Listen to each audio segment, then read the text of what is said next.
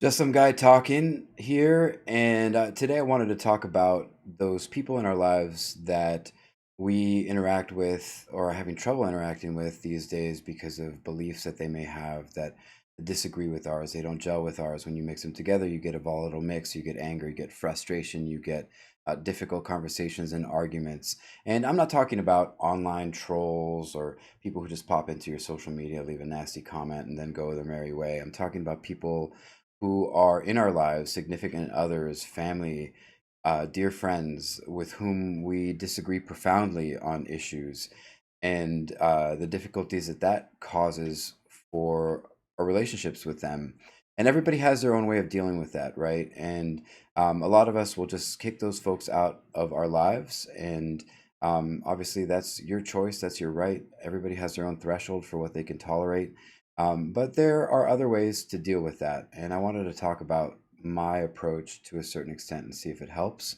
But before I do that, I wanted to dispel a couple myths. So, first, there's nothing wrong with interacting with people who don't have the same beliefs, opinions, ideologies as you without bringing up your own beliefs, ideologies, or opinions. In other words, if I'm talking to somebody with whom I have an ideological difference, there's nothing wrong with me just not talking about the stuff that I believe. It doesn't mean that I'm selling my beliefs out. It doesn't mean that I am not as committed to the things that I believe as maybe somebody else might be, or that there's anything wrong or cowardly about that. And again, everybody has their own tolerance level here, right? So you make your own choices. There are some people whose way of expressing their opinion is just not okay to have in your life. It's not good energy to keep around you. There are people whose opinions are just so um, vitriolic. Is that a word? I think so. Um, that it's not good to have that around either.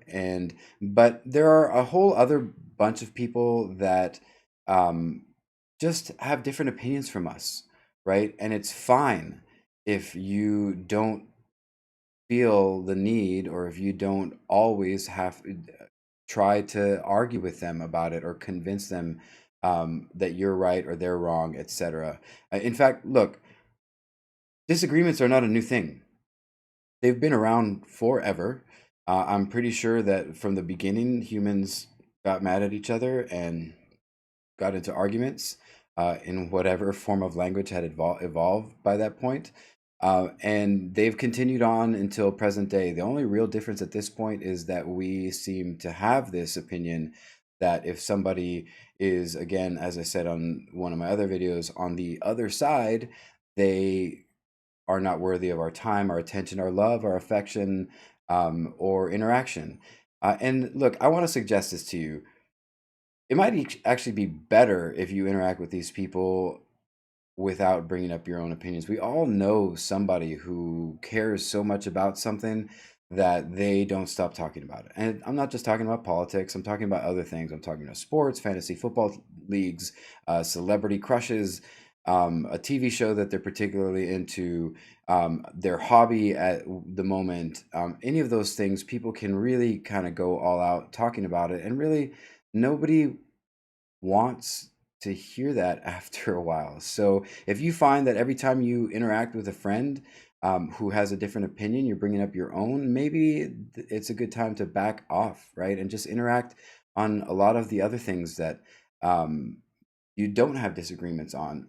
And I think that you'll find that you will, A, get to remind yourself that this person is a person, that they are not necessarily completely defined by their opinions, their perspectives, their ideologies, their political affiliations, their social positions, etc.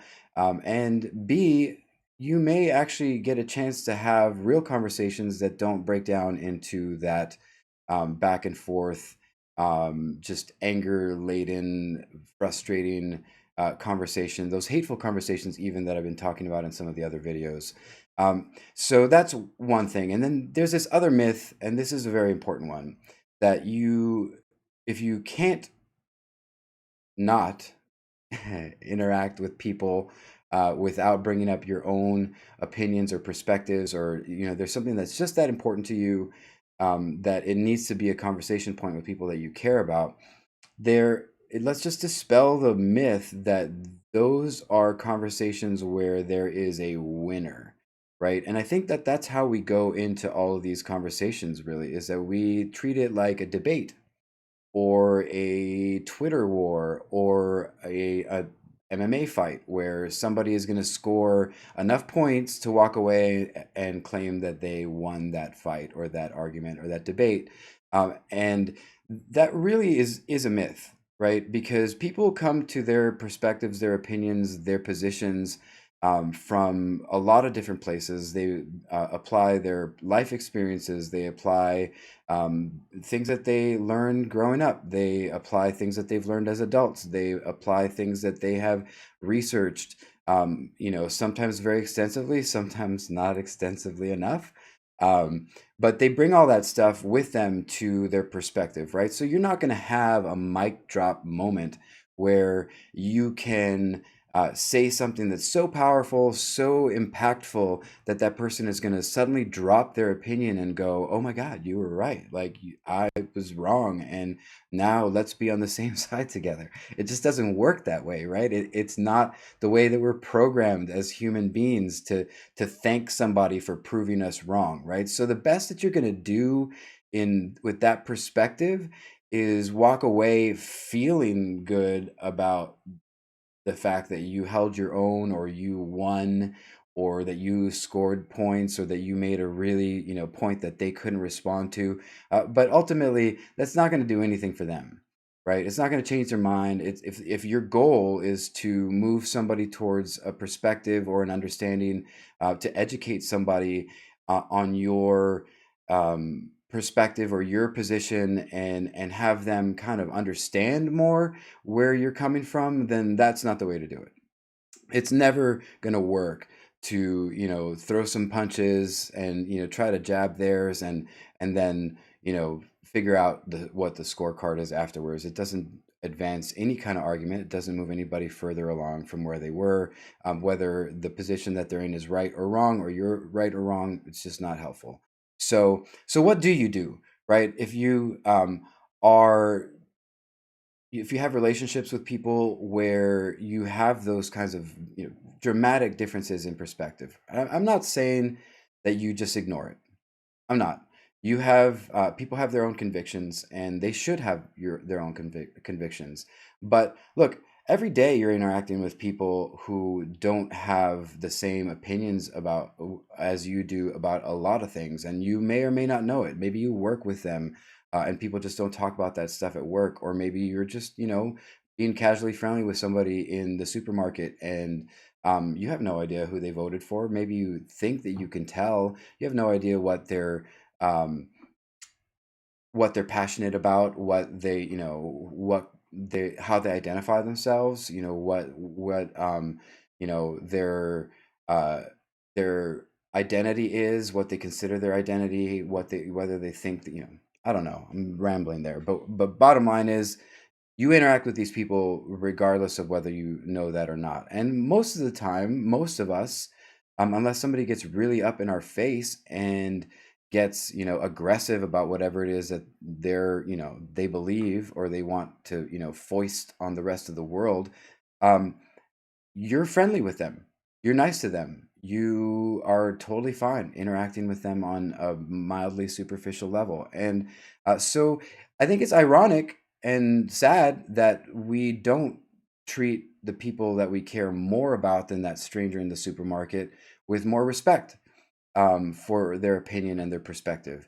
And again, look, I am not downplaying the fact that there are some really, really real issues. And I'm trying to be very specific about that without being specific, if that makes any sense. So, there are things out there that are just wrong. And I'll give you an example for myself. Um, as much as I am sort of on this kick about, love each other, don't hate, etc., there are things that I can't interact with, right? If you are aggressively and maliciously prejudiced and racist or bigoted, I I can't. I'm not going to be around that. I don't expect, however, that I'm going to say anything to that person that is going to change their mind. I don't.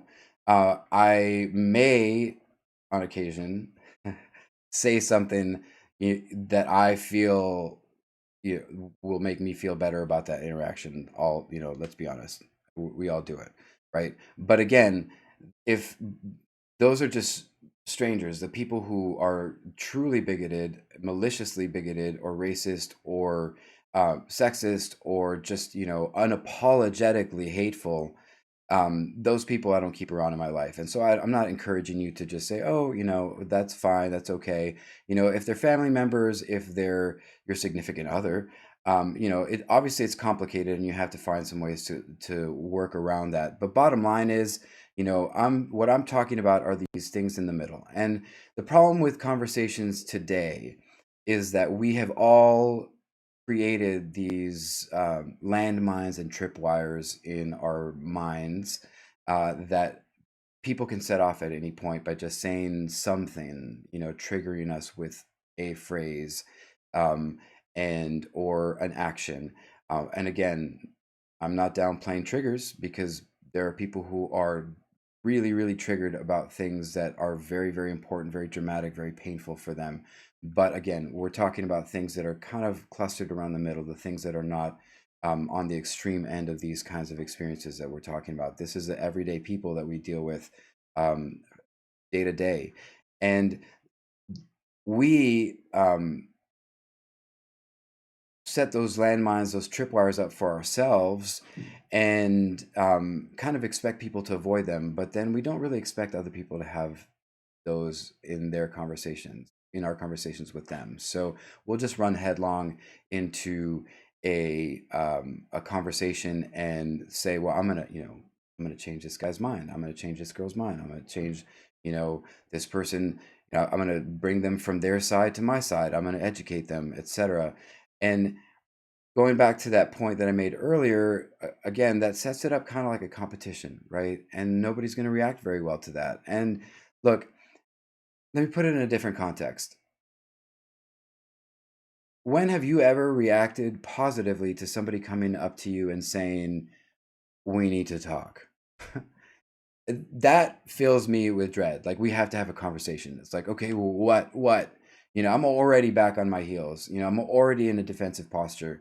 And then if after that you start attacking something that is a key component of, my life or my beliefs or my identity, again, that's not going to go well. I don't know why we would expect that it would. But the way that I try to approach this, and again, I'm not an expert and I can't say that this always works, but it works sometimes, it works more than being aggressive, is to approach conversations with people who have different ideologies, particularly people that I respect for other reasons, for reasons that have to do with who they are as opposed to what they believe, with what they do, as opposed to what they might, check on a ballot box. Um, I approach those conversations from the perspective of how can I educate myself? And I said in my first video that we need the other side, right? And that's very true. We don't exist as singular entities. We don't. It would be awful. So we need people who are different from us, and we need to have people challenge us, or else we get lazy, and we get very complacent in what we believe and how we believe it. So I approach a lot of these conversations with people from the perspective like, okay, what is it that you can teach me about what you believe and why you believe it? And then that doesn't mean that I'm saying, okay, change my mind, but I am saying, why don't you try to poke some holes in what I believe, whether they know it or not? That's what I'm doing. It's like, how can I use this interaction with you to help me better understand what I believe? Because people will say things in the middle of an argument where most of the argument I'm sitting there going, or conversation, I'm sitting there going, this is ridiculous, right? Why do you believe that? How could you believe that? Have you read anything about this? Like, do you know the facts? Like, I'm having all those thoughts that we all have, right?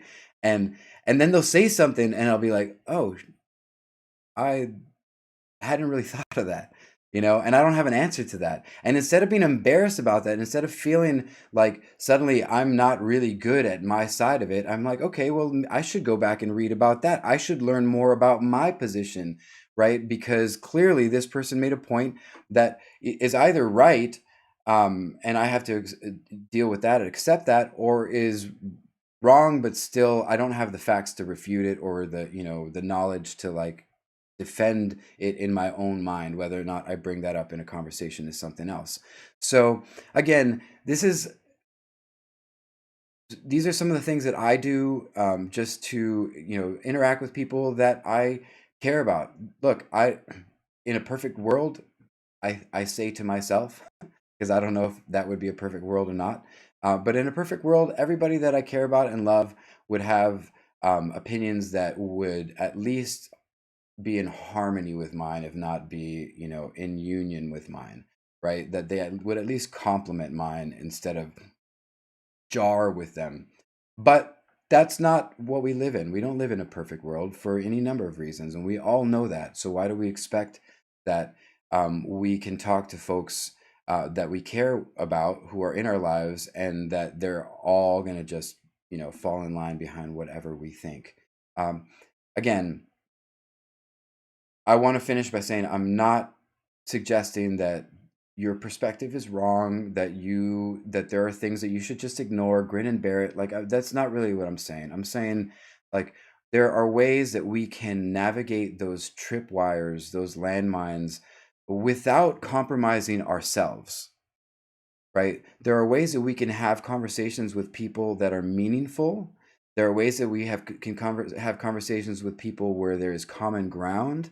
There are ways that we can have conversations with people where we can escape and avoid the urge to be disrespectful or to feel disrespected without compromising ourselves. It's not about um, changing our opinions, or apologizing, or justifying their value system, etc., especially for things that are really on the far end of that emotional spectrum for ourselves. It's about finding a way to just lay down the weapons for a bit, and don't make it a fight every time. I guarantee you, as a non-expert who has zero scientific fact to back this up, that you will have the opportunities to have conversations about the stuff that you care about. You will have opportunities to talk about the stuff that they care about, and you will have opportunities to talk about those things relative to your opinion or the other person's opinion in a much more organic, a much more peaceful manner, if you just focus more on finding the ways that you guys can interact, as opposed to focusing on the reasons why you shouldn't. This is just some guy talking, and I will see you next time.